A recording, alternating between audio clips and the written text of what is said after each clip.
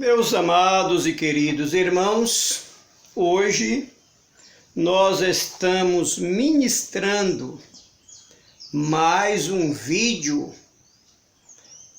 da Palavra de Deus na sequência do plano de salvação.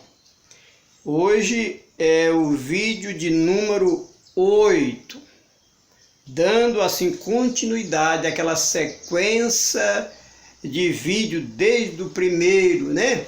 E eu quero mais uma vez estar pedindo para você dar aquele joinha que é muito importante para nós, se possível compartilhar, se possível se inscrever, porque vocês assim fazendo o YouTube vai entender que esses vídeos têm relevância e assim vocês estão me ajudando na pregação da palavra de Deus. Então você vai estar pregando a palavra de Deus junto comigo, amém?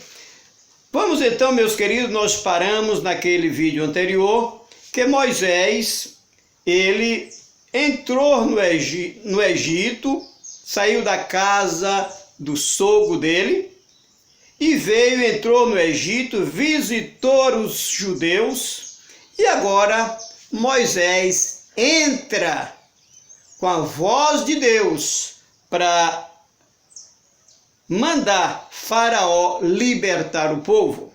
E aí nos diz aqui na palavra de Deus, no capítulo 9, verso 13 e 14 de Êxodo, que diz assim: Então disse o Senhor a Moisés: Levanta-te pela manhã cedo, põe-te diante de Faraó e diz-lhe: Assim diz o Senhor, o Deus dos hebreus, deixa aí o meu povo para que me sirva, porque esta vez enviarei todas as minhas pragas sobre o teu coração, sobre os teus servos, sobre o teu povo, para que saiba que não há outro como eu em toda a terra. Meus amados e queridos irmãos, Moisés vai a Faraó e anuncia a Faraó as pragas que Deus estaria enviando ao Egito, para que assim Faraó pudesse entender que Deus é Deus que tem o controle dos céus e da terra. Aleluia! E a Bíblia, meus queridos, nos diz que Deus endureceu o coração de Faraó. Aleluia! Diz aqui o texto sagrado, né? Que Deus endureceu o coração de Faraó. Eu começo, meus queridos, a pensar que o coração de Faraó estava semelhante uma bolinha de ping-pong. Uma hora ele amolecia o coração e dizia: deixa o povo ir. Daí a pouco vinha a ordem de novo: o povo não vai. E assim Moisés começou ordenando as pragas. E a Bíblia nos diz que a primeira praga foi a praga, a água se converteu em sangue. Ninguém conseguia nem beber água, porque até a água de casa, do pote, das talhas, dos rios, das cachoeiras, todas se converteram em sangue. E depois Deus manda, Moisés anunciou a praga de rã, foi rã pulando por todo canto. Aleluia! Depois Moisés anuncia uma praga de piolho. A Bíblia diz, meus queridos, que foi piolho nas pessoas, foi piolho nos animais, foi aquela praga de piolho. E depois da praga de piolho, veio uma praga também nos animais. Morreu muitos animais do Egito.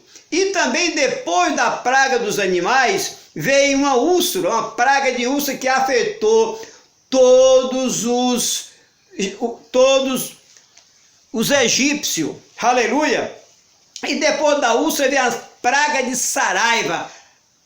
as nuvens se transformou em gelo, pedra, granite, foi uma chuva tão forte de granite que matou animal, matou plantação, matou tudo. E depois que veio a praga de saraiva, veio agora uma praga de gafanhoto. Aquilo que sobrou da saraiva, o gafanhoto comeu. E depois veio as trevas, escuridão sobre todo o Egito. Aleluia, aleluia. E assim, meus queridos, podemos aí entender que a palavra de Deus nos mostra que na região de Gozém, aonde estava o povo judeu, lá houve dia, houve noite, houve sol, mas em todo o Egito, aonde não tinha os judeus, virou trevas 3 dias. A Bíblia nos diz, meus queridos, que as trevas foi tão grande que eles ficaram onde eles estavam, eles não podiam sair, porque não conseguia ver uns você palpando.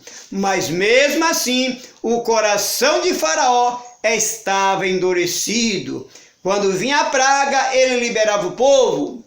Quando Moisés retirava a praga, ele ordenava, não deixava o povo. Ficou dessa situação, porque Deus endurecia o coração de Faraó e amolecia o coração de Faraó, para que Deus se manifestasse e mostrasse a todo o Egito, não somente o Egito, mas todo o mundo inteiro, que Deus é Deus que tem o controle dos céus e da terra. Aleluia. E assim, meus amados, depois Moisés anuncia a morte dos primogênitos. Aleluia! Moisés ordenou que eles fizessem, matassem cada um os animais, os cordeiros,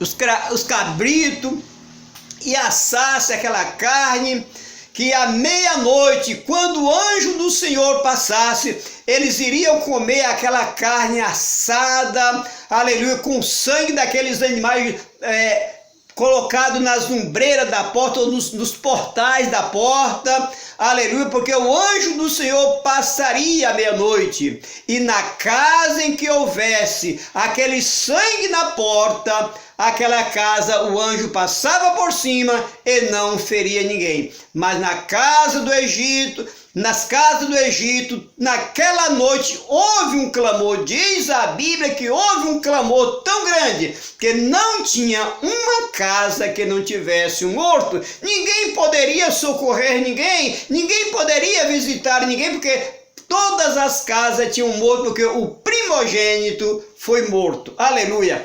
Meus amados e queridos irmãos, e depois destas pragas todas, aleluia, aí Faraó amoleceu o coração, porque Deus permitiu ele liberar o povo, aleluia.